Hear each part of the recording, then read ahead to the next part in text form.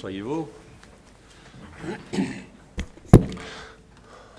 On est en ligne? OK. Bon matin et bienvenue à notre réunion mensuelle du mois pour le 22 février 2023. Good morning and welcome to our council meeting of February 22nd, 2023. Membres du Conseil, M. Parisien, chef de département, bon matin. Bienvenue les gens à la salle. Merci de votre présence. On va commencer avec l'item numéro 2, la vision.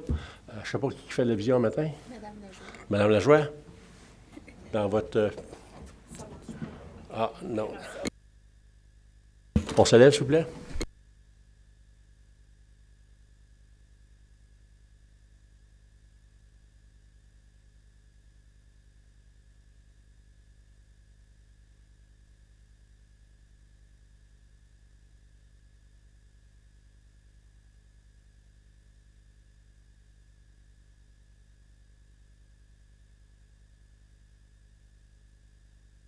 Merci beaucoup.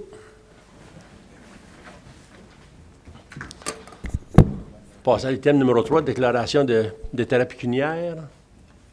Aucune. On s'en va à l'item numéro 4, adoption de l'ordre du jour. À l'item numéro 14.4, dans le huis clos, cet item sera retiré de l'agenda.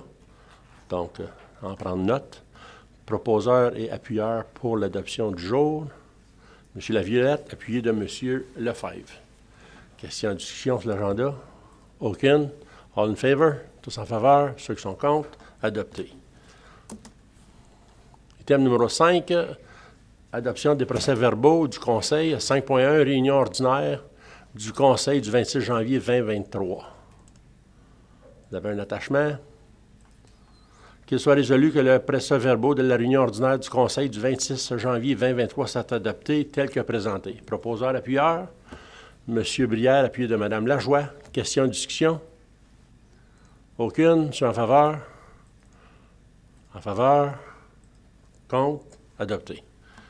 Item numéro 6, pétition, délégation, présentation, 6.1. Collier's Project Leaders, étude de faisabilité de la conversion de l'ancienne résidence de Prescott-Russell en logement abordable. Mr. Colliers? Not sure if what you're going to be doing the presentation? Yes. Okay. Well, welcome to our council meeting, and the floor is yours. Thank you. Okay.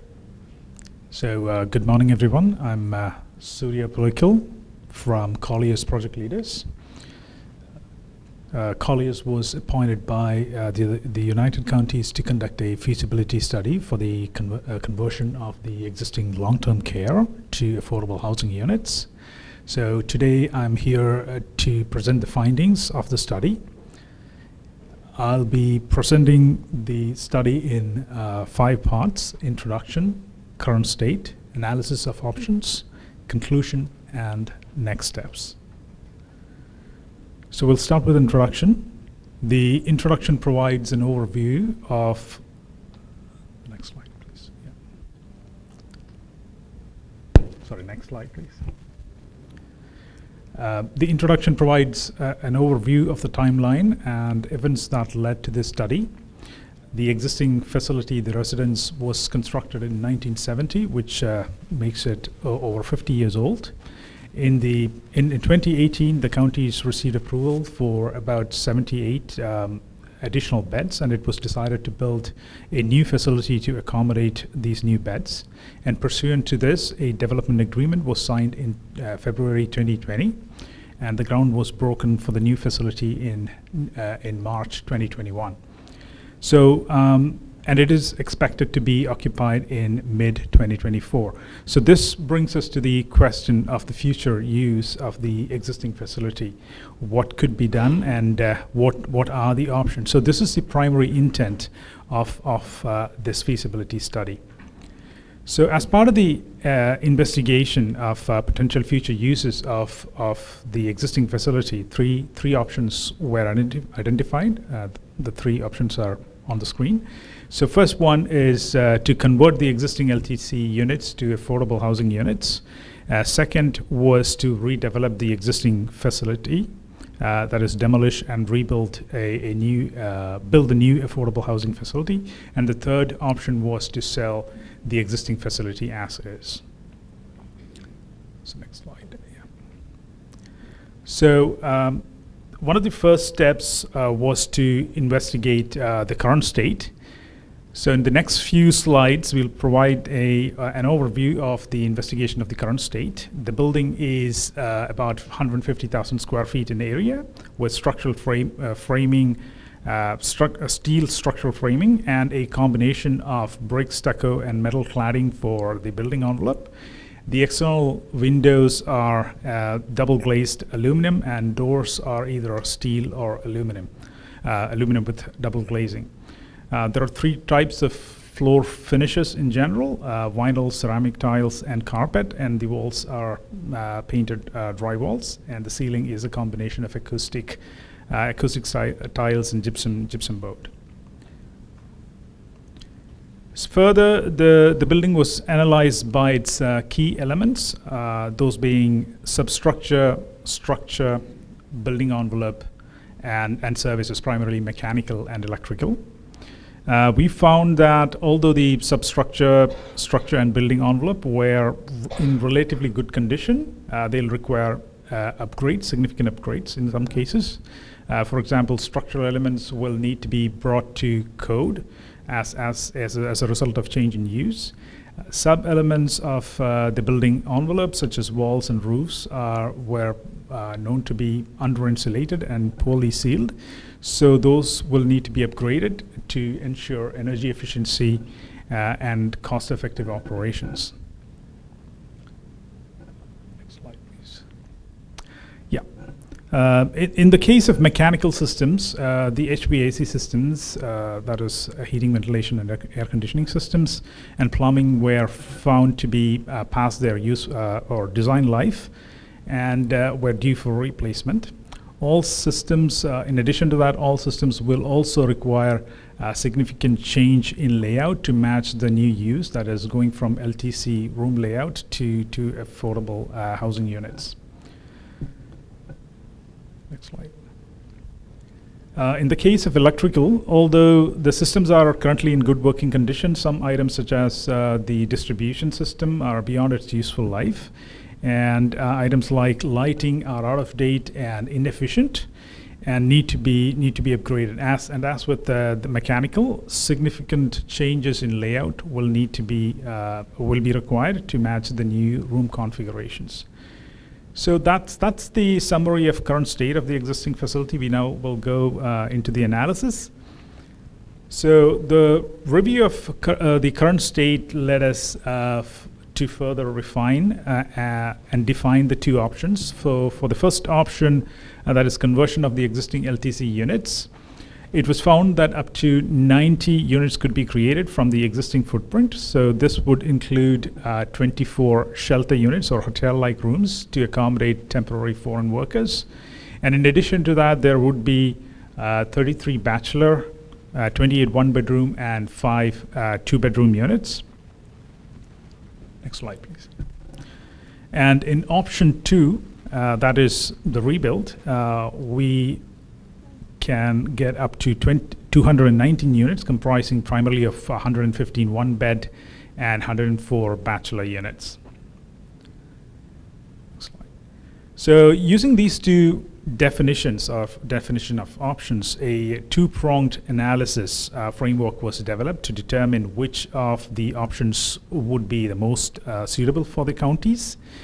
This would include a qualitative and a quantitative analysis. Qualitative analysis was incorporated because a lot of the factors that aid investment decision making are usually non-financial, and it needs to be taken into consideration and needs to be analyzed systematically.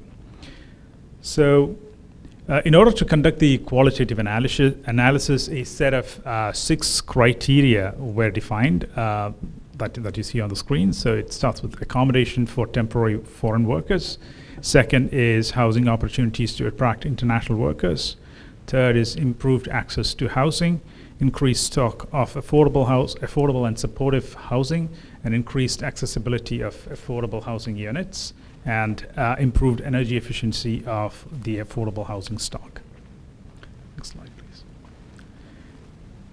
So the idea is to analyze each option against the criteria using a weight and a rank methodology. Weight is assigned to a criteria based on how important that criteria is to the project, and a rank is assigned to an option based on how well it satisfies a particular criteria. Next slide, please. You can see here that we have in the previous slide we had shown the assignment of weight and the rank. The weight is on a scale from 1 to 4, and the rank is assigned on a scale of 1 to 3. Next slide, please.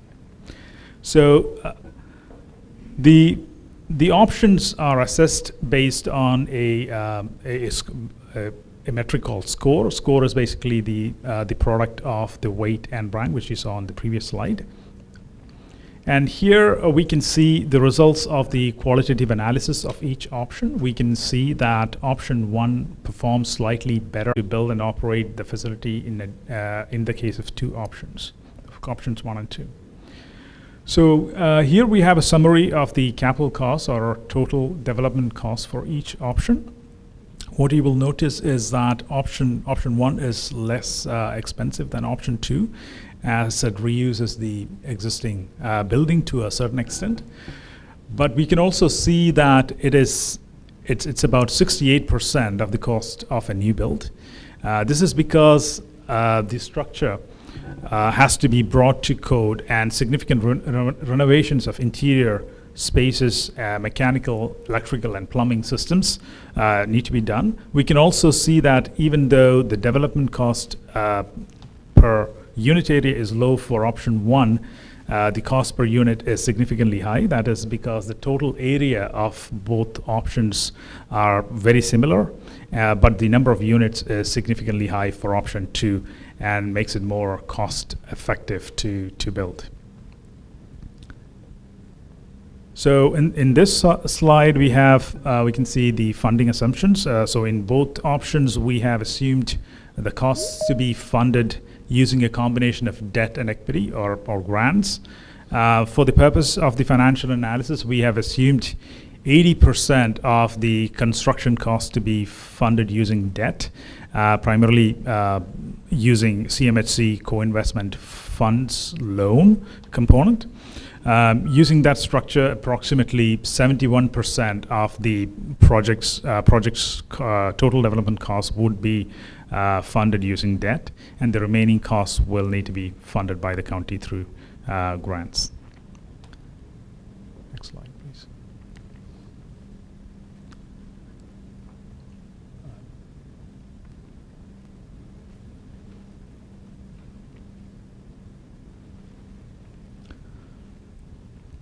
So here we can see the summary of operating income. Option 2 produces significantly higher revenue than option 1 due to the higher number of units. But from a revenue per unit point of view, both are very similar. Both generate around $10,000 per unit per annum. That's the last row in that table. Next slide, please. So in here we can see the summary of operating expenses. This takes into consideration the typical apartment operating expenses such as insurance, taxes, repair and maintenance, utilities, management expenses, and administration expenses.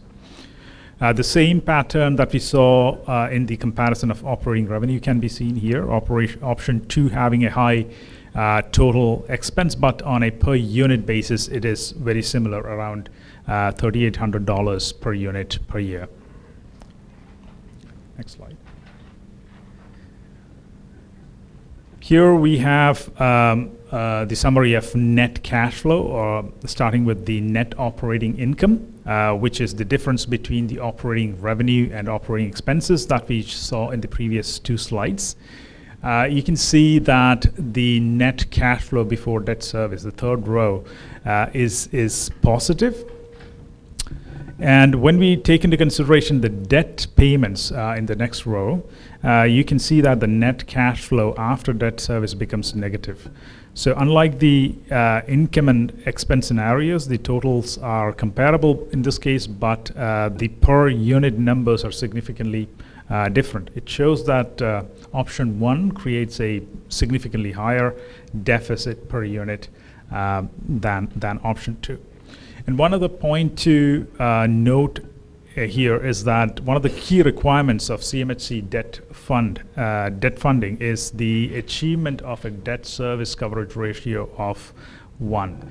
And this is the ratio of the net operating income to the debt service or debt payment. It's basically a test of how well you can pay the debt. For both options, it was found that at the current market rents, interest rate and a loan to cost ratio of 80%, it was not possible to achieve a debt service coverage ratio of 1. So these projects will be feasible only if the construction costs ratio of debt or interest rate were significantly lower than what it is now, or the market rents increased further.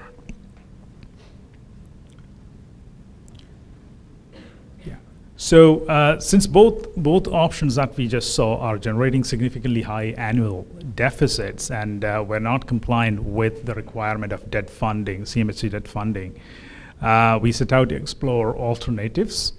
And 2 alternatives were identified. The first one was an option with half the number of units than option 2. So if you remember from the previous slides, option 2 had 219 units. This alternative to that option has 109 units, roughly half those numbers. So this option was explored primarily to see how far we can reduce the capital costs or funding required and reduce the potential annual deficit. Next slide. So here we have a summary of the net cash flow of alternative option 1. We find that it significantly reduces the annual deficit to under $1 million as opposed to the original option 1, where the deficit was around $1.8 million. And also you can see that the annual deficit per unit was also significantly reduced to $5,000 per year per unit, compared to the the option 2, where the similar cost was $8,000. But similar to option 2, the alternative option 1 was also not able to satisfy the requirements of achieving a debt service coverage ratio of 1 required by the CMHC Co-Investment Fund. So that brings us to the alternative option 2, which considers the sale, it's modeled based on option 2, but it considers the sale of a portion of the units to pay down the debt used to develop the new building.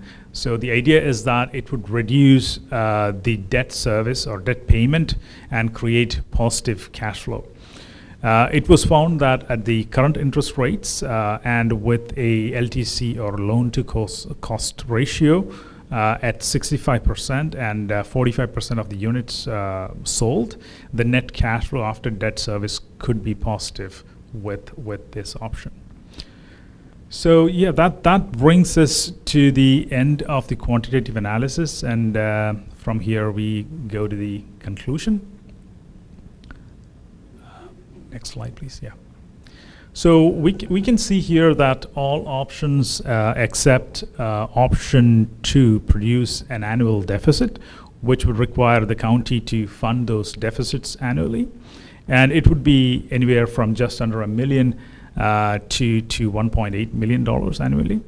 So to conclude, it can be seen that alternative option 2 is a feasible option under the current circumstances, that is current costs, interest rates, and rents. It's also the only option that meets the CMHC requirement of achieving a DSCR or debt service coverage ratio of 1 of course, at a LTC or loan to cost ratio of 65% and 40% of the units sold. However, this option also introduces the counties to taking on the role of a developer, that is taking the risk of developing and selling housing units. But these risks also can be managed by employing a developer to some extent.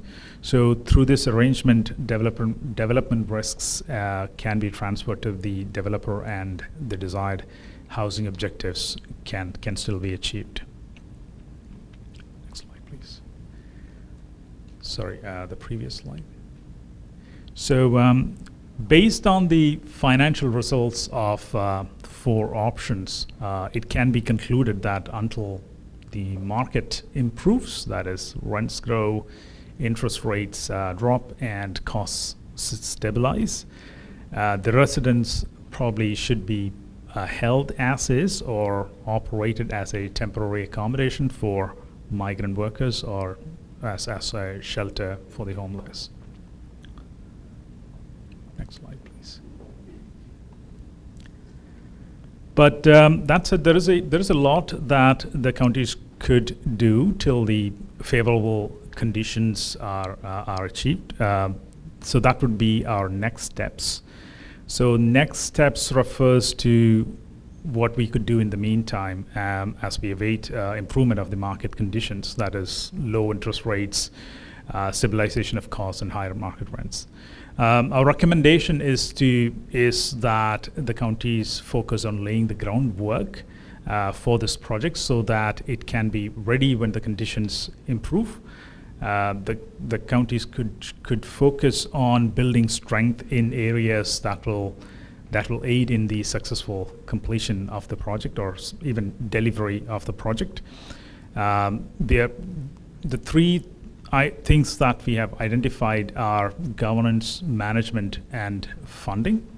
So under governance, the project could develop a project governance framework, clearly identifying the roles and responsibilities of stakeholders and participants, identifying relationships and processes and workflows.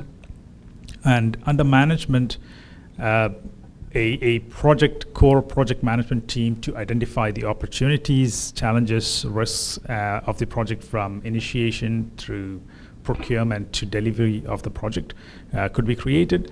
And it is important to keep the project in focus and provide leadership for this initiative and act as a bridge between the various entities, that is stakeholders, developers, and the community.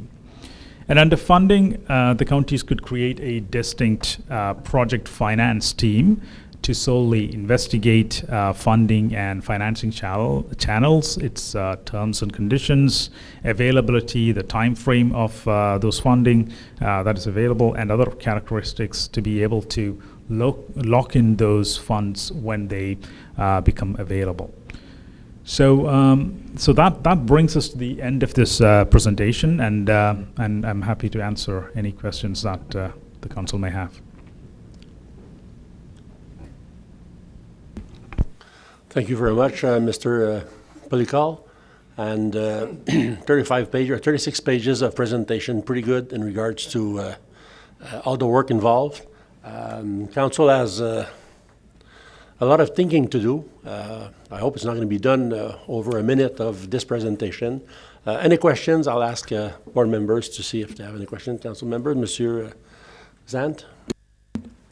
Merci, Monsieur le Président. Thank you so much for the presentation. I think it's a great snapshot of not only the Prescott-Russell residents, but also we have other residences perhaps in our cities. I know I have one that we were looking at kind of doing the same thing once we get approved for funding for building of a new one. It's depressing also because I think that the vast amount of money that is needed to be able to do this. In slide 32, you say that you recommend, or not necessarily recommend, but essentially say that the residence should be held as is or operated as a temporary accommodation for migrant workers or shelters. What are the costs of keeping it as is? Because I don't know if, I'm trying to look, I don't think that was necessarily something that was discussed in the as-is thing. So we know it would cost the staff to stay there. We know that there would be some things that would need to be done. Or would it be good enough to transfer over into, as you suggest, migrant workers and or a shelter for the homeless until such time as, I guess, 5-10 years? Do you have any comments on that? So at the moment, it's a functioning facility. It's a residential building in its function. So it can continue to provide those functions. As of now, we are not aware of any impediments in continuing to do that. And in terms of the you asked about the operating costs. I would say it would be the same as operating any apartment building. In the case of this building, you could assume that it would be the same costs related to the facility operations that you would incur if you continue to operate it as a residential facility. Facility costs primarily, yeah. Okay, perfect. Thank you. C'est tout pour mes questions, merci. Merci, M. Zant. Any other questions? M. Lefebvre, après ça, M. Brière. Merci, Mr. President. Thank you very much for your presentation. So in a snapshot, basically, since we're only generating about $10,000 per unit and the debt per unit is 18, so the ratio is out. So option one is really out of the picture unless you start to sell the units. And am I correct in summarizing that conclusion for option one? The sale option was based on option two, where we have 219 units and we sell portions of that. So basically, option one is not really realistic for funding at all. No, it doesn't look It's like out of the picture, basically. Yes, That's what I'm yes. saying. I mean, it has a significantly high cost per unit to develop. Perfect. Thank you very much. Juste pour enlever les échos, quand il y a une réponse, il faudra fermer notre micro. Ça fait des échos dans notre système. Monsieur Brière. Nowhere in the report does it show current market value if we were to just outright sell the unit and take that money and reinvest it elsewhere. What would be the approximate gain, I guess, cash flow that we would gain from selling it completely and getting out of that to reinvest it elsewhere? Sorry, my understanding was that it was a sale option was provided in the report, and I don't have the number handy with me, but the evaluation was done as to what the price of the facility as is would be, and the idea was to sell it as is, and we had not taken into consideration how that goes back into developing additional units. Does that answer your question? No, I'm just wondering what's the current value of it, and if we sold it and we had, like, let's just say we sold it, and then after we took that money to reinvest in that housing elsewhere, like what's the current market value of the facility as is? Sorry, unfortunately, I don't have that number handy, but from what I remember, I believe it's around $4 million. Was 4.9. Monsieur Parisien, après ça, je m'en vais, Monsieur Lefebvre, puis Monsieur Kirby. Monsieur Lefebvre. Merci, mais c'était plutôt pour répondre à la question de M. Brière. C'est 4,9 millions. It was $4.9 million, the value that I saw that was estimated in the report. Thank you. Mr. Kirby. Merci, Monsieur Lefebvre. Thank you, merci. I'm concerned that after we have built the new one, there'll still be a waiting list. That could that be operated as is by private sector? The new building? Beg pardon? Sorry, the new building? The current Building. It could be. Sorry, I'm not fully understanding the concern you have with the operations. Let's ask Mr. Parisien to answer this one. Yeah, Mr. Warden, Mr. Kirby, if the present home, someone's mic is on.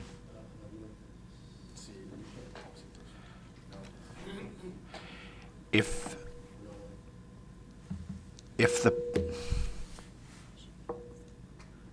If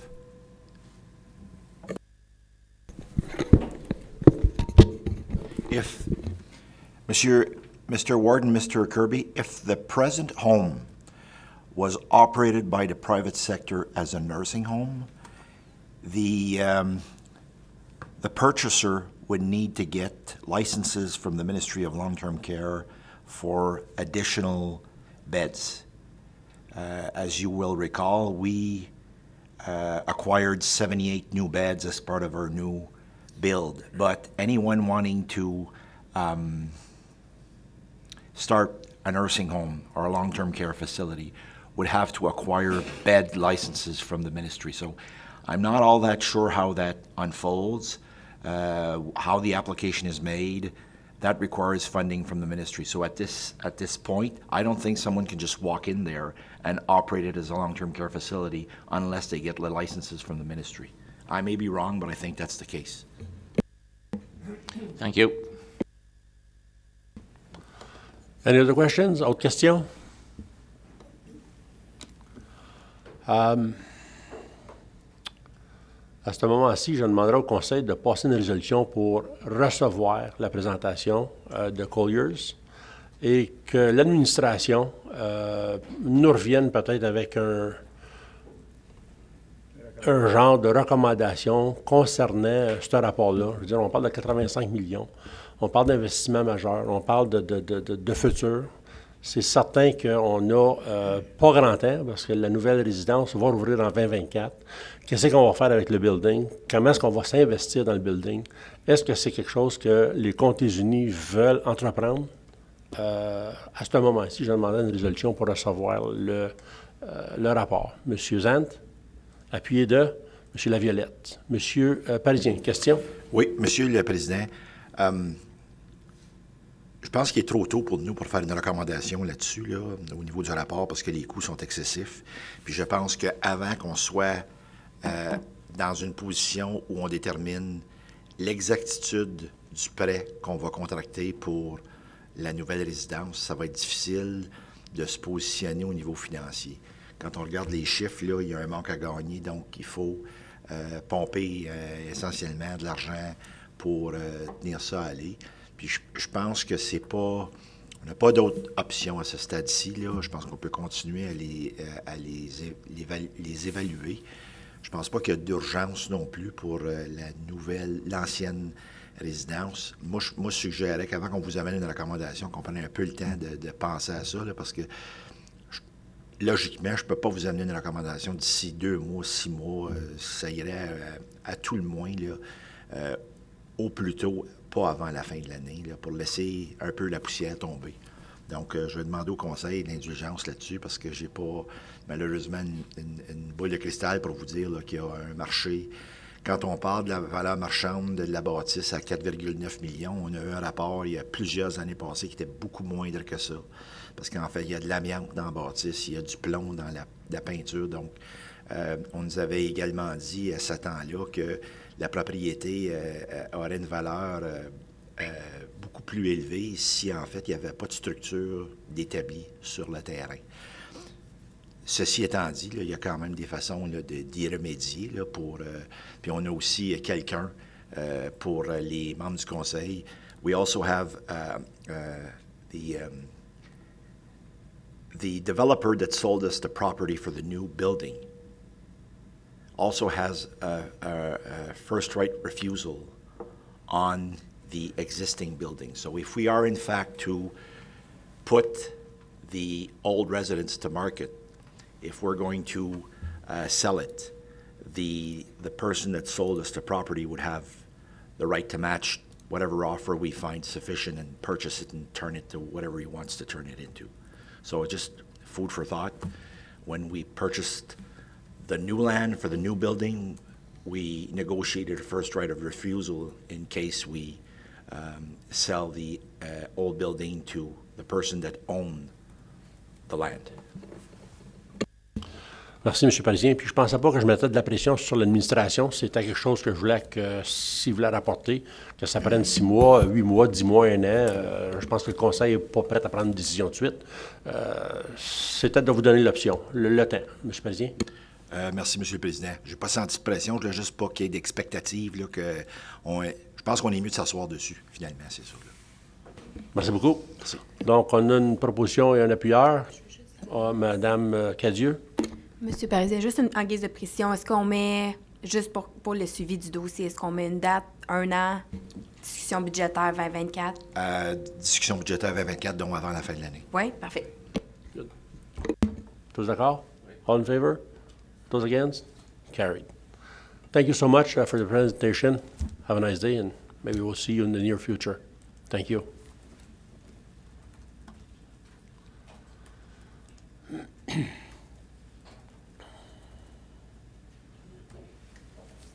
« 6.2, prochain item, plan des services d'Audi 2022 par MNP.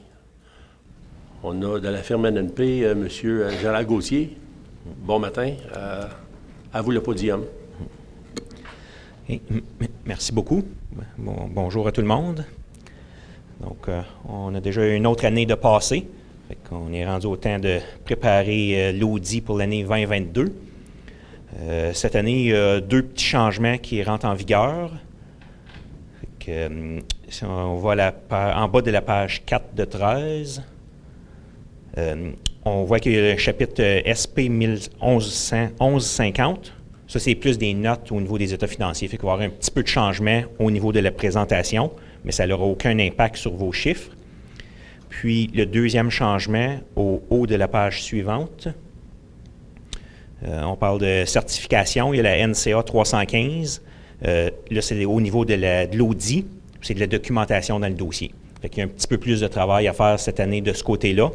Mais encore une fois, aucun impact sur vos chiffres. L'an prochain, il va y avoir un changement qui est la Set Retirement Obligation.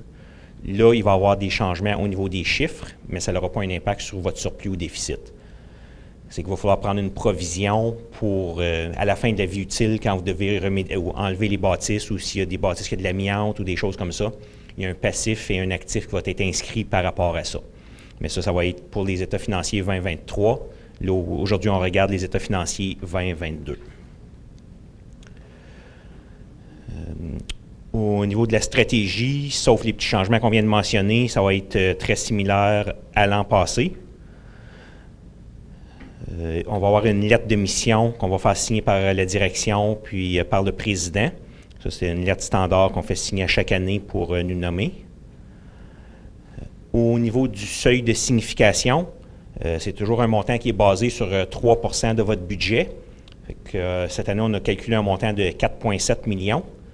Fait que ça, en théorie, ça veut dire qu'il pourrait y avoir des erreurs de ce montant-là, puis on serait prêt à signer notre rapport de l'auditeur.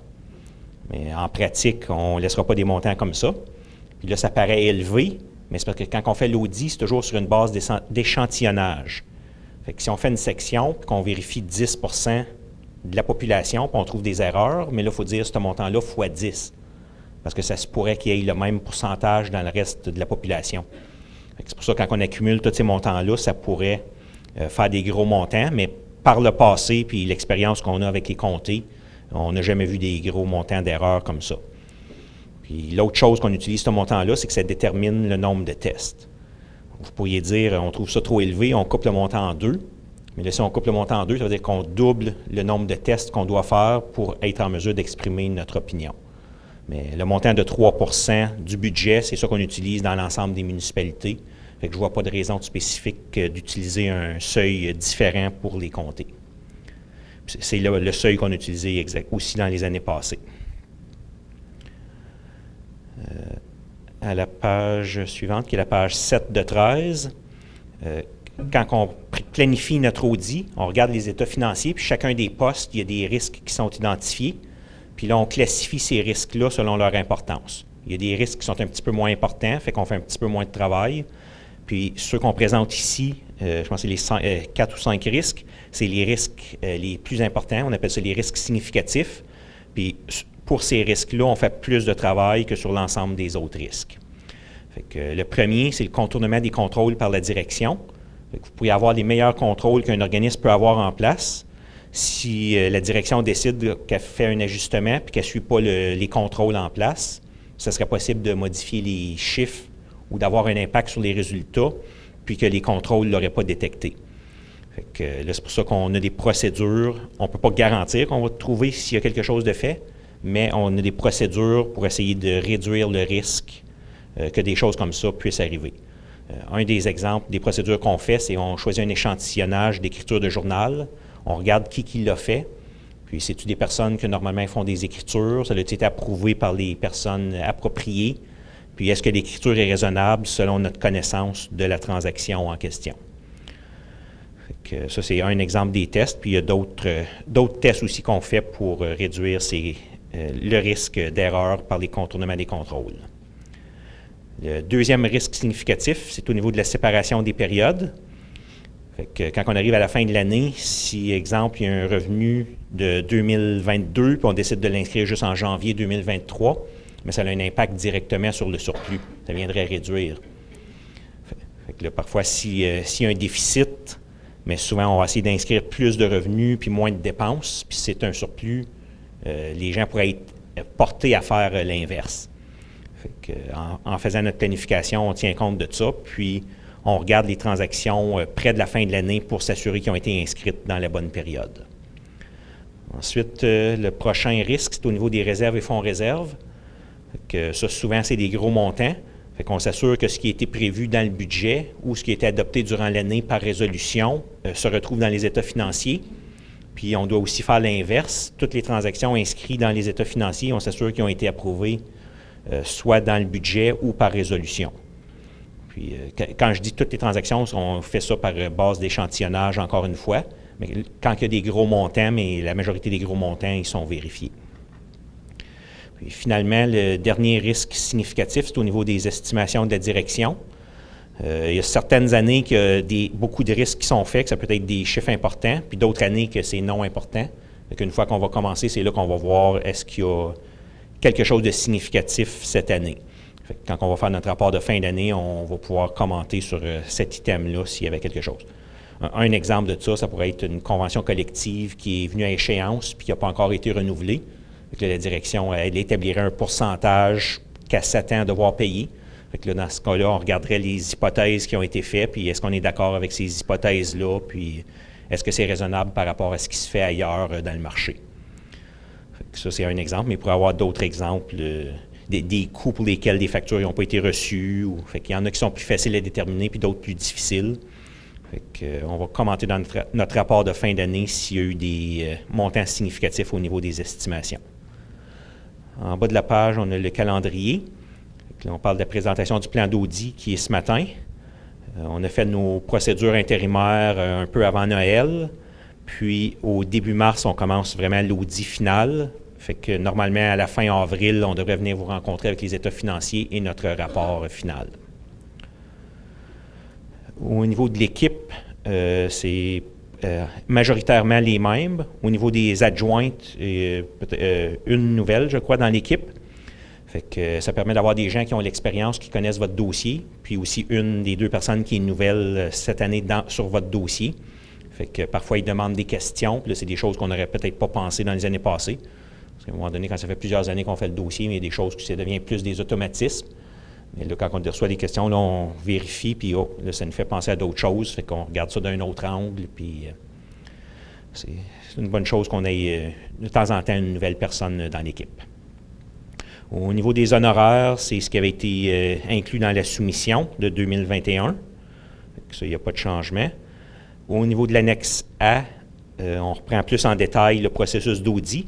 Je ne passerai pas à travers toute cette annexe-là, sauf s'il y a des questions spécifiques. Puis l'annexe B, on parle de l'indépendance. On dit qu'on est indépendant par rapport aux membres de la direction et aux membres du Conseil. Puis quand on va faire notre rapport final à la fin, on va avoir une lettre qu'on va le présenter par écrit qu'on est indépendant. On confirme toujours notre indépendance 2 fois au cours de l'année. Puis la dernière page, on parle de la lettre de mission. Ça, c'est la lettre que j'avais mentionnée tantôt qui va être signée par la direction et par le président. C'est ça qui termine la présentation de notre plan d'audit. Je ne sais pas s'il y a des questions ou commentaires. Merci beaucoup, M. Gauthier. Questions, commentaires, any questions? M. Lefebvre? Oui, merci, M. le Président. Et Bonjour, M. Gauthier. Toujours un plaisir de vous voir de nouveau. Une question pour vous, puis peut-être aussi ça relève un petit peu à Mme Parisien. Je présume qu'il y a une politique d'investissement qui existe au niveau des comtés, parce qu'on a quand même des réserves assez importantes. Est-ce qu'il y a une vérification qui est faite là-dessus ou comment ça fonctionne au niveau de cette politique-là et cette vérification-là? Merci. Oui, lorsqu'il y a des investissements, on s'assure que ça respecte les véhicules de placement dans lesquels vous êtes autorisé à placer. Parce qu'il y a quand même des règles établies par la province là, que vous ne pouvez pas investir dans n'importe quoi ou des placements trop à risque. Fait que tous les placements sont faits, puis il y a également, je crois, un rapport qui est présenté au Conseil annuellement sur les placements. Je pense que M. Parisien a quelque chose à ajouter là-dessus. Merci, M. Gauthier. Monsieur le Président, peut-être que Mme Parisien, parce que je sais qu'on a une demande de M. Zant d'avoir une politique d'investissement. Donc, je sais qu'elle travaille sur le dossier-là. Elle pourrait probablement donner une note complémentaire là-dessus. Merci, Ouais, M. Parisien. Mme Parisien? Merci, M. le Président, membres du Conseil. Oui, en effet, M. Lefebvre, on a une politique d'investissement en place, sauf qu'elle est très désuète. Comme j'avais fait part dans mes priorités budgétaires, ça fait partie de mes plans de réviser la politique actuellement. Donc, même si on a une politique en place, on n'en a pas d'investissement à ce jour. Fait que les comptes unis, on n'investit pas nos fonds de réserve à ce moment-ci. Merci, Mme Parisien. Autre question? En voit aucune. Monsieur Gauthier, merci beaucoup de la présentation. C'est assez difficile au Conseil d'aller pinpointer chaque niveau de votre audit, mais je suis certain que Mme Parisien puis votre équipe font de la très belle ouvrage. Donc, merci beaucoup. Je suis sûr que vous allez avoir plus de questions quand vous présentez les états financiers et les chiffres en fin d'année. Peut-être plus. C'est un bon point. Merci beaucoup. Bonne journée. Merci.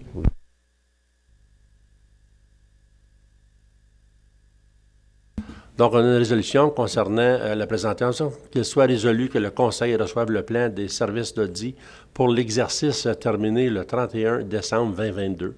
Proposeur, appuyeur, M. Zant, appuyé, seconded by Mme Lajoie. All those in favor? Against? Carried. Item 6.3. 2 petites secondes. We have on screen Mr. John Lochner, Cabin Escape Project in regards to a sink house. Mr. Lochner, welcome to our council meeting. The floor is yours. Thank you. Should I share my screen or just let you know when to skip to next slides? Please let us know. Okay. Thank you everyone for taking the time. I'd just like to take a moment to talk about Project Sink House, which is something that we partnered with Lanark County on. Just a quick little background about myself. I've been running Cabinscape for the past 5 years. We operate 35 short-term rental cabins across the province. But as part of our build process over the past 5 years, we've created a CSA certified factory.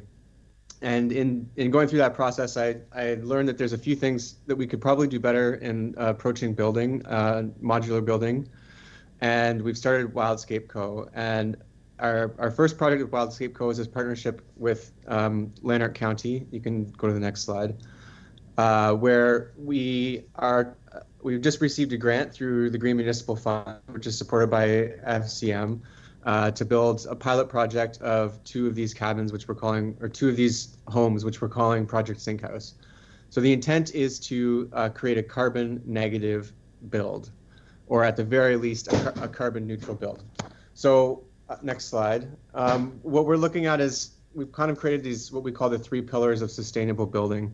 So the first one is something that most people are probably familiar with. It's around operational carbon. So these are the carbon emissions that are produced by a unit through its lifespan. So typically heating or cooling, cooking, heating hot water, that sort of thing. So operational carbon is the carbon that's produced in the operating of the building. This is pretty well codified. It's usually something around R values, the amount of insulation in the walls, the efficiencies of a furnace or air conditioning unit. So, and there's a lot of programs to support or improve existing homes. So you've probably seen subsidy programs around improving your windows or improving your home insulation. Next slide. So the second sort of pillar is not as well embodied in code, and it's something that we're just kind of approaching as part of this pilot project, and is just starting to come up in sort of the building and design industry, and that's the idea of embodied carbon. So embodied carbon is really the amount of carbon that's produced in the manufacturing or building of a unit, as well as the amount of carbon that's produced in all of the materials that go into the unit. So part of this project is going to be calculating what kind of materials we're using, what their embodied carbon is, and what's the carbon that's being produced in the manufacturing of the unit. So we'll take the embodied carbon as well as the operational carbon over the anticipated lifespan of the unit. And the overall intent is that we'll have a carbon negative build or a carbon sink, hence the sink house name. So this includes using sort of wood or cellulose insulation, as opposed to something like a spray foam insulation is a very common solution. It's very convenient, but it's also a very high carbon footprint. It's basically chemicals shipped over from China.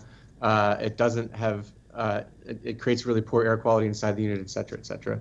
So we're taking all of these materials into consideration. Next slide, please. So the third sort of pillar of sustainable building is the idea of just overall durability and quality. So the intent of these units is to, while selecting materials that are low carbon, also to select materials that will last for a long time. So obviously if you have a unit that has only a 10 or 20-year lifespan and it needs to be replaced, you're creating a lot more embodied carbon by the process of replacing the unit. So these units are expected to have 50+ year lifespan if properly maintained. And as an example of quality minimizing carbon is a steel roof. Steel itself typically has a higher carbon footprint, but it does have a very long lifespan. So looking at a steel roof, which might have a 50+ year lifespan, compared to shingles, which might need to be replaced in 20 or 30 years, possibly less. You might be replacing shingles 2 or 3 times or more in the time that you might have to replace a steel roof. So your overall embodied carbon is going to be much higher with shingles, despite the cost being slightly lower in your initial installation of the shingles. Your long-term lifespan cost and carbon production is going to be lower with the steel roof, with the quality steel roof. So it's worth making that upfront investment.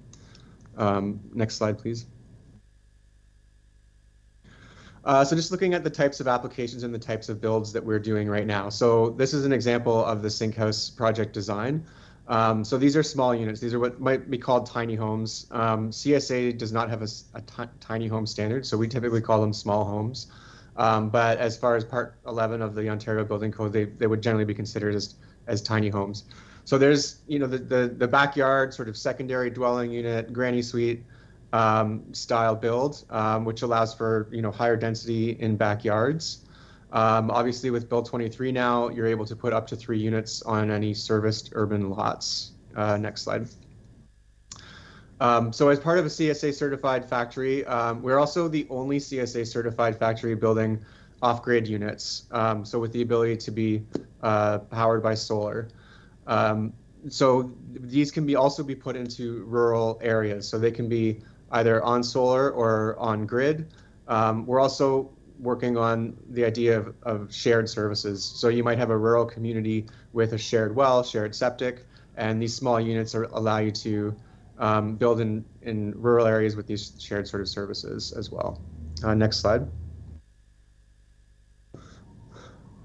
Another thing that we're looking at is, this is actually a cabinscape style bunkie, but we're modifying this design for more of a temporary type structure. So this would not be a CSA unit, but the idea of supporting sort of affordable transitional type housing. So I've recently been reading about a pilot program in Fredericton, which has been quite successful. They have about 40 of these style of units where they're basically they're a bed, they might have maybe a toilet or maybe a very small kitchenette, but the idea being it provides warmth and it provides a roof over people's heads, so they can focus on, instead of just the basic necessities, transitioning into a work life or transitioning into a home. But this sort of basic transitional housing where the individual unit really just provides a warmth and a bed, and then there's typically some sort of shared amenities, shared showers, shared kitchen, that sort of thing. offers an opportunity to offer really low-cost beds, and they can be temporary, they can be moved around, they could be used as worker housing in the summer, warming housing in the winter, but just this overall idea of these very small units that can be produced very quickly, very affordably, and can be, again, moved around or altered in their use. Next slide, please. And then part of the off-grid application is simply the opportunity to work in very remote applications as well. So like we have cabins that we've used in very remote backcountry type areas. We'd also be able to use these to apply that to our wildscape dwellings as well. Next slide. So the next sort of project that we're working on, and this is where we're really looking for a partner right now, is CMHC is running what they're calling the Housing Supply Challenge. So it's currently, there's 4 stages. Each stage has a design and build process. And the stage 4 right now is deadline of April 13th for the initial application. This will be shortlisted, 25 builders to do a design process. There's $150,000 of funding for each of the shortlisted applicants to do the design work between July and December of 2023. And then out of those 25 shortlisted applicants, they'll select a certain number of them and divvy up a $37 million pool for the designs to actually be implemented and built. So the CMHC basically covers the cost of the build and the design. And our intent right now is to look for basically a property partner. So this could be a municipality or an affordable housing corporation that might have a piece of property that would be suitable for development. Next slide, please. And what we're looking to do is evolve and build upon our learnings from the Sink House project. So the CMHC program specifically is looking for designs that have been through a pilot type project and them to be then scaled up. So we want to take our pilot project and look at opportunities to scale up. So it fits very well with the CMHC Housing Supply Challenge. And we want to basically design a row housing solution. So this would be each individual unit is still manufactured in factory and then can be brought to site and fit together. And this would still follow all of our sustainable building principles. There's some efficiencies that can be found here as far as overall material costs. There's less exterior cladding, which is a fairly expensive part of building. But there's also operational efficiencies where you just have less exterior walls. So your insulation is better and the overall cost is just reduced with units in a row housing solution. So basically that's one place where we're looking for a partnership right now is an affordable housing corp or the program's quite broad. So it could be affordable housing, it could be transitional housing, it could be worker housing. They're open to private solutions as well, but I really think that this is a good opportunity for a private municipal or private affordable housing partnership design. Sorry, next slide. So to just give you a bit of an idea of what one other thing is we do local manufacturing. So we don't have like a mega facility. The idea is essentially we're able to start up smaller shops and manufacture very quickly out of these smaller shops. So we can, if we are producing a larger quantity in a certain area, we can save the transportation emissions and transportation costs by manufacturing at a local site. So this allows us to hire local staff, but we're also not shipping units at long distances, which obviously has high gasoline emissions and high transportation costs. Next slide. So just to give you an idea of what some of these look like, this is our design again for the Sink House project. For our next sort of iteration of the row housing, we'd like to increase the size of these units some, and we'd like to come up with a barrier-free design. So that would allow us to accommodate the aging population or just open up to more people that we can support. But this is the one-bedroom design that we'll be using for the Sink House project. Next slide. Just a look at the floor plan. And next slide. This is the Cypress. So this is basically a slightly smaller unit. It's a bachelor style design. Next slide. The floor plan for this one. And then next slide, just an idea of sort of the bunkie units. Again, this is a cabinscape design, but which we're modifying for a wildscape. But this is a 10 square meter unit that still is able to house a small sort of toilet room and a bit of a kitchenette. So depending on the services that are available, there's quite a bit you can fit in there. That's my presentation. I'd be happy to take any questions. Thank you so much, Mr. Lochner. I'll ask council if they have any questions. Madame Lajoie? Thank you, Mr. President. I have two questions. First, is there a cost to municipalities? And second, is there a minimum land size that you're looking for?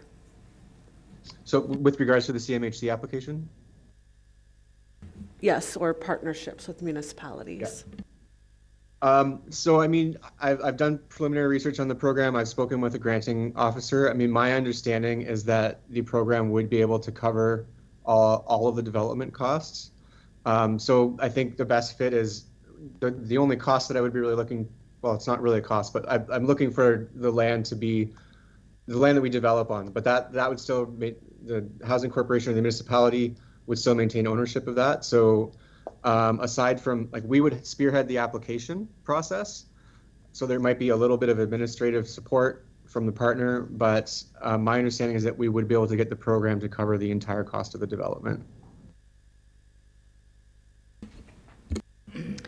Thank you. And in regards to land size, is there like Sorry, specific? land size.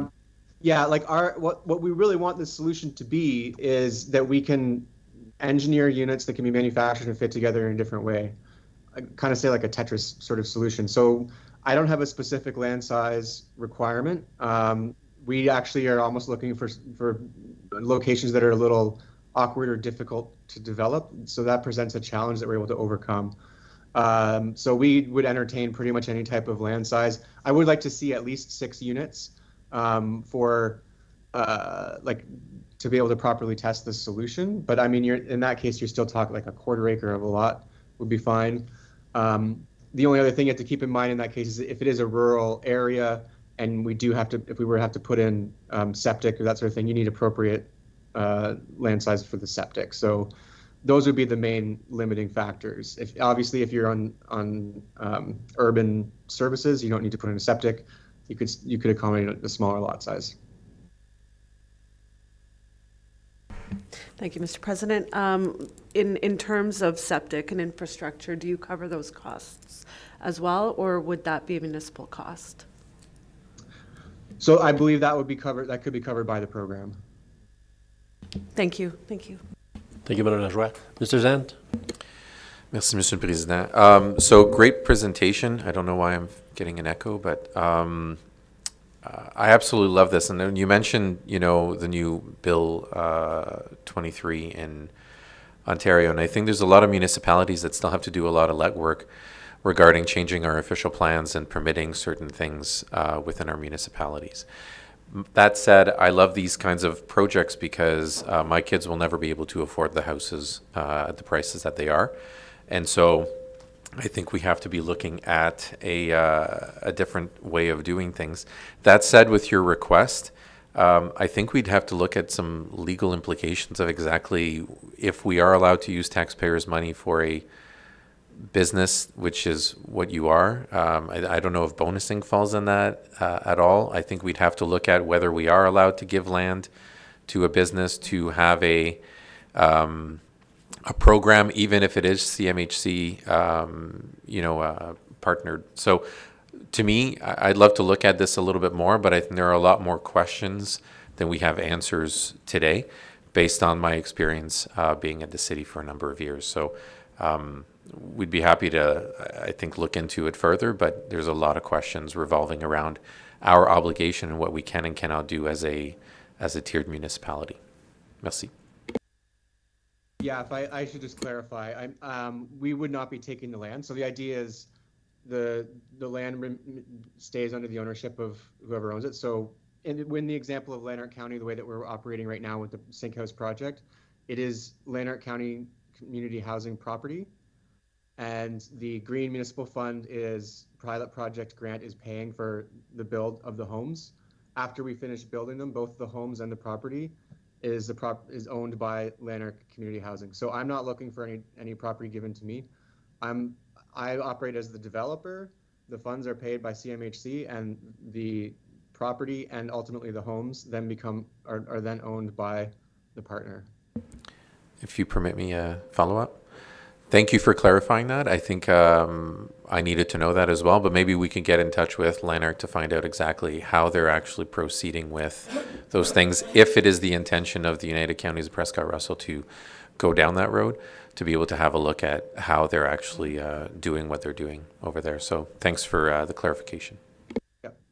Could also be an issue in your township, Mr. Zant. If your zoning bylaw does not permit small tiny homes, you might have to redo your zoning or look into a different aspect in regards to zoning issues.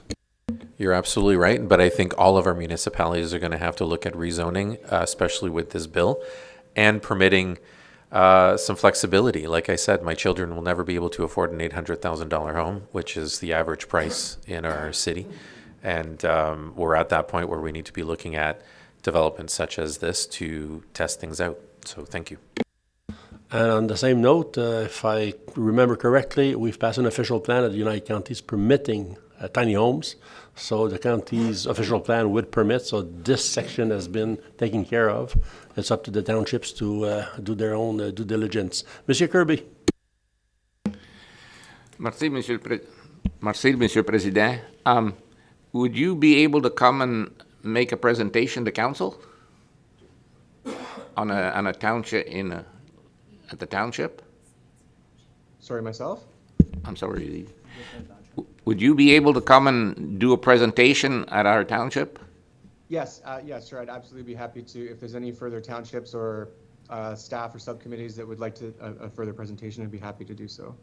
Okay. And one more question. Are these houses, can they be built to adapt to this cold weather? Yeah, these are definitely winterized units. So they're built to meet Ontario Building Code or CSA certification, which is generally much more rigorous than the Ontario Building Code. But yes, the insulation values, heating, etc., are all meet or exceed the Ontario Building Code for their regions. Thank you. Thank you, Mr. Kirby. Monsieur Laviolette. Thank you very much. Great presentation. My question is that going to be built on a slab, or is it going to be like a 5-foot foundation or something to go under the frost? We'll likely be doing what's called a deformation-resistant foundation in this case, which is basically a packed foundation with piers. There are so piles. But we, in this case, as part of the sink house carbon minimum solution, we're avoiding concrete. Concrete basically has a very high carbon footprint, but it is an option. Thank you very much. Merci, Monsieur le Président. Monsieur Lefebvre. Thank you, Mr. Chairman, and thank you for presentation. A little while ago in your presentation, you mentioned that you would be looking at local suppliers, if I can use that expression, because you're seeking at a public partnership. Are you also seeking at a private partnership in the sense that who will be the builder? Are you the builder or are you the promoter? We are the builder. Okay. So we have a CSA certified factory in Western Ontario. So as part of that localized manufacturing, if we were to do 1 or 2 units, it wouldn't justify setting up a satellite factory. But if we have a larger number of units to produce, then we would look at setting up a local manufacturing factory. So it would be a satellite CSA factory, but we would still be doing the manufacturing. So I would have a lead builder or one of my lead staff that would go out and train or manage. Okay, thank you very much for responding to my question. My question is, you guys have a partnership with Lanark County, or where are you guys from? Our factory right now is operating out of Clinton, Ontario. So that's Huron County. So we're on the western or the eastern coast of Lake Huron. Okay, thank you. Any other questions? All good? Monsieur Parisien? Not a question, Mr. Warden, a comment. I personally know the CAO from Lanark County, and they also have a social services, they're also a CMSM, a manager of social housing. So between me and Madame Miette, we'll contact Lanark to see how they work this all out, and we'll get back to you on this, okay? Merci beaucoup, Monsieur Parisien. Ms. Larkner, in regards to presentation, thank you so much. You might get invitation from different townships to do a presentation in their own townships. So good luck to you and great success. Yes, thank you so much. OK, thank you so much. Have a nice day. Ça va me prendre une résolution pour passer en avant de... Comment tu m'as envoyé ça, Mme Cadieux? Pour mandater l'administration, donc M. Parisien et Mme Miette, pour contacter Lanark County. Proposeur, M. Zant, appuyé de Mme Lajoie. All in favor? Contre? Adopté. Prochain item, going to 7, reports of department, 7.1, planning and forestry, 7.1.1, report UF-001-2023, implication of Bill 23 on the management of consent and the plan of subdivision files. There's an attachment. Any question in regards to this issue? Pas de question? Ça va être facile, Monsieur Prévost. Whereas with the adoption of Bill 23, the type of service previously provided to municipalities by watershed agencies, such as South Nation Conservation, has been significantly diminished, and whereas Council has read report UF-001-2023 presented by the Director, be it resolved that Council, 1, authorize the derogation of Clause 9.5.2 of the procurement policy and proceed with the hiring of the consulting of GRI Inc. for this period of 6 months. Item number 2, authorize a new unidentified expenditure in the 2023 budget of $50,000 to cover the review cost, which will be fully financed by the review cost revenues. And 3, authorize staff to undertake a competitive bidding process for the hiring of qualified consulting firms to conduct the review of the hydrogeological and terrain analysis studies. Proposeur, appuyeur, on est des movers, M. Laviolette, seconded by M. Lefebvre. All those in favor? Those against? Carried. Merci beaucoup. 7.2, service d'urgence, 7.2.1, SU-001-2023, corrections budgétaires 2022, achat d'ambulance. Encore là, vous avez un attachement, vous avez lu vos rapports. Question, discussion sur aucune. Grosse résolution. On la lire? Lis-moi la. Attendu que le 27 octobre 2021, le Conseil a autorisé le versement initial pour l'achat de 3 nouvelles ambulances qui seront livrées au début de l'année 2022 sous forme de résolution 2021-191.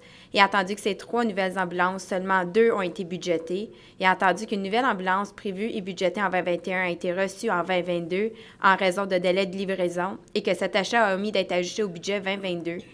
Qu'il soit résolu que le Conseil autorise les 2 dépenses non budgétées suivantes. 1. Une nouvelle ambulance au montant de 190 910 $ avant taxes, tel qu'approuvé par l'entremise de la résolution 2021-191. Et 2. Une nouvelle ambulance au montant de 181 062 $ avant taxes budgétées en 2021, mais reçues en 2022. Et qu'il soit de plus résolu que ces 2 achats soient financés par la réserve du service d'ambulance. Merci, Mme Cadieux. Proposeur, appuyeur, M. Brière, appuyé de M. Zant. Question, discussion? All those in favor? Against? Carried. Item numéro 8, rapport des comités permanents consultatifs, 8.1, comité plénier, rapport en date du 8 février 2023. Résolution, qu'il soit résolu que le rapport du comité de plénier en date du 8 février 2023 soit adopté tel que présenté. Proposeur, appuyeur. M. Lefebvre, appuyé de M. Kirby. Question, discussion sur le rapport? Aucune. Ceux en faveur? Ceux qui sont contre? Adopté. Communication, item numéro 9, 9.1, correspondance d'information, 9.1.1, ministère de l'Agriculture, de l'Alimentation et des Affaires rurales, le programme de développement économique des collectivités rurales, connu sous le nom de DECOR. Ça, c'est juste pour recevoir. Pas de résolution? Une résolution pour recevoir l'information. Proposée par M. Laviolette, appuyé de M. Zant. Tous en faveur? Contre? Adopté. Correspondance 9.2 n'a pas. Ça en va à l'item numéro 10. Résolution découlante des rapports des comités permanentes. 10.1, Conseil des arts, Prescott-Russell. Art Council, Caprac. Demande de financement. Bonne résolution. Est-ce qu'il y a des commentaires ou des discussions avant que je lise la résolution?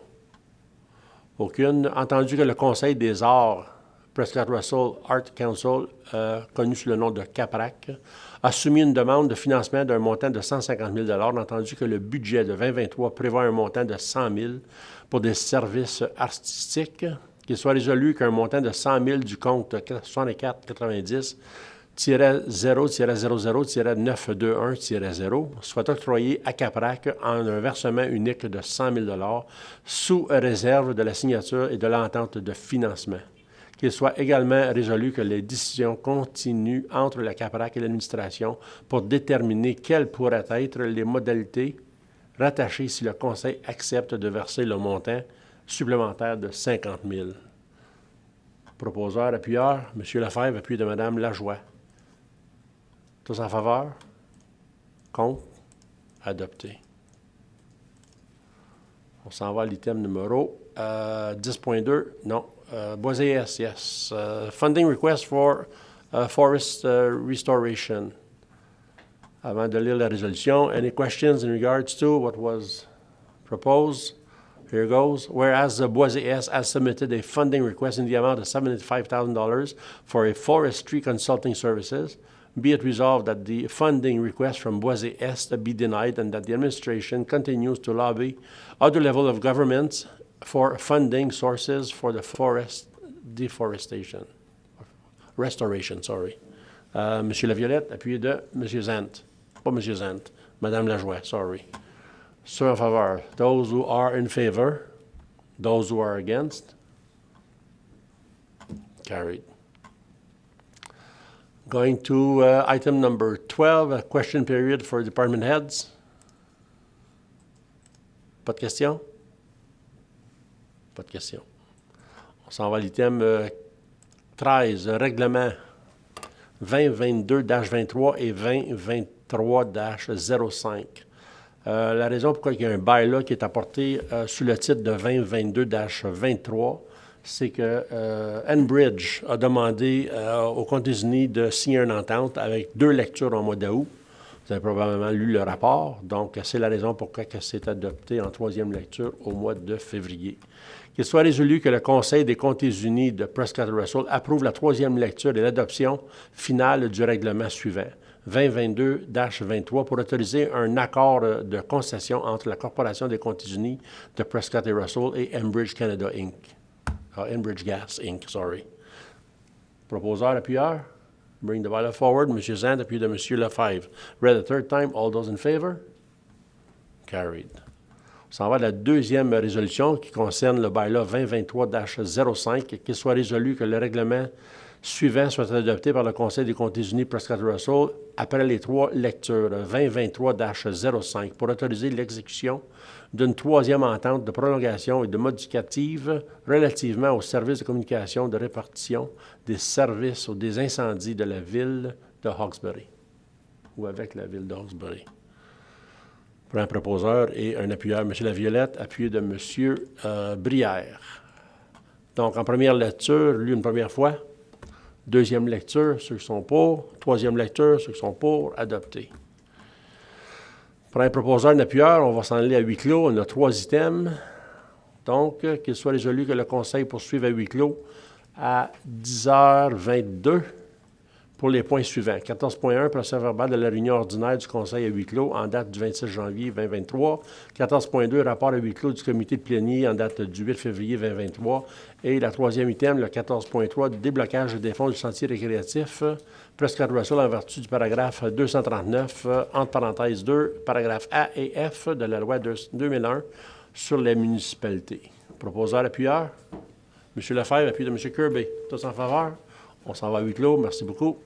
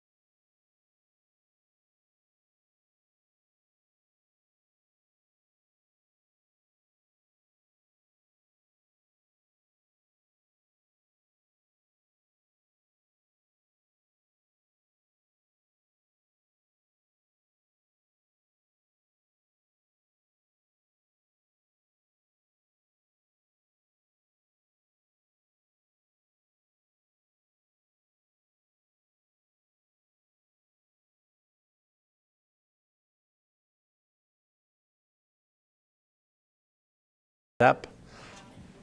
Juste pour vous aviser qu'on vient de revenir de notre huis clos. On va prendre 3 minutes, 4 minutes de break pour que Mme Cadieux puisse rédiger la résolution pour notre retour. Fait que 2-3 minutes en break. Merci.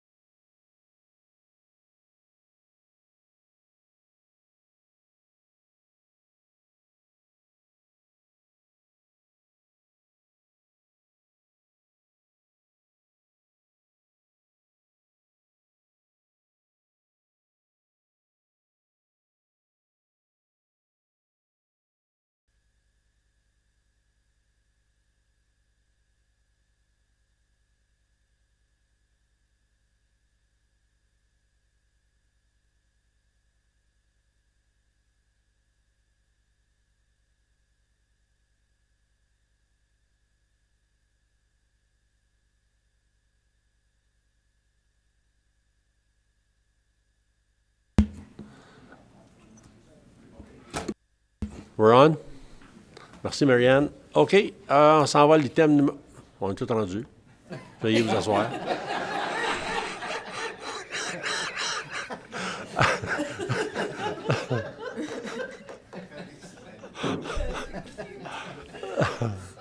Trop bon. Elle était trop bonne. 14.1. Procès-verbaux de la réunion ordinaire du Conseil à huis clos en date du 26 janvier 2023. Donc, la résolution se lit comme suit. Qu'il soit résolu que le procès-verbal de la réunion ordinaire du Conseil à huis clos du 26 janvier 2023 soit adopté tel que présenté. Proposeur et appuyeur, M. Lefebvre, appuyé de M. Laviolette. Tous en faveur? Contre? Adopté. Item numéro 14.2 de notre huis clos, qu'il soit résolu que le rapport du huis clos du comité de plénier en date du 8 février 2023 soit adopté tel que présenté. Proposeur appuyeur, M. Zent, appuyé de Mme Lajoie. Tous en faveur? Contre? Adopté.